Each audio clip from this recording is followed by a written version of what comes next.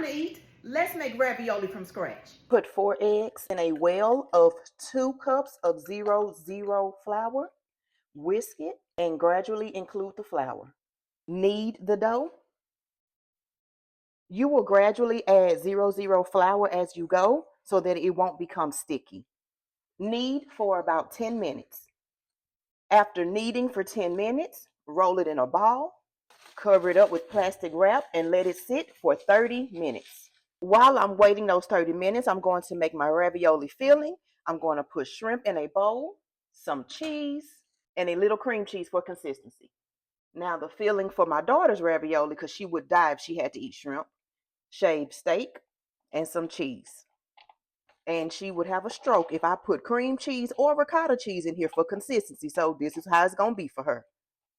In these 30 minutes, I'm also going to make my Alfredo, some salted butter, some heavy whipping cream, some garlic powder, black pepper, onion powder, whisk it, smoked Gouda cheese, cheddar jack, mozzarella, smoked flavored provolone, Romano, Parmesan Fontina, and Asiago.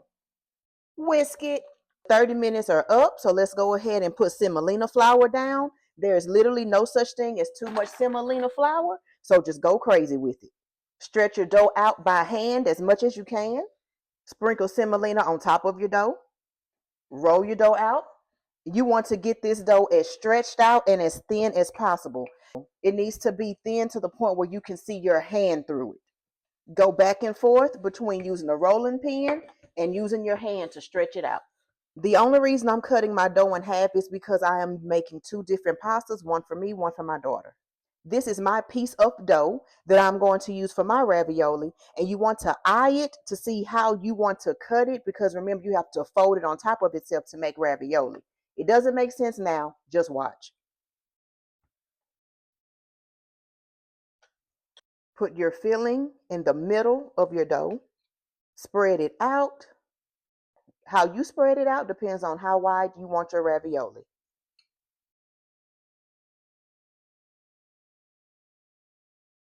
Now we fold it, seal the ends.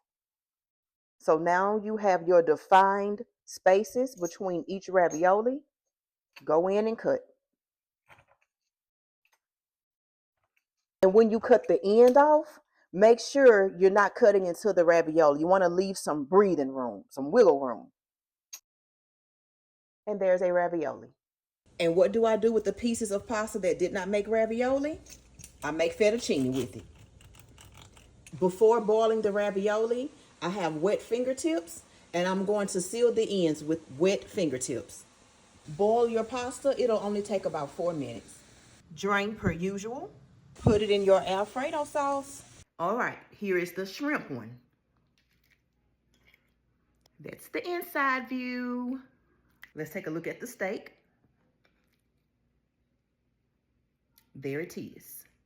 I'm trying the shrimp one because for some reason beef got beef with me.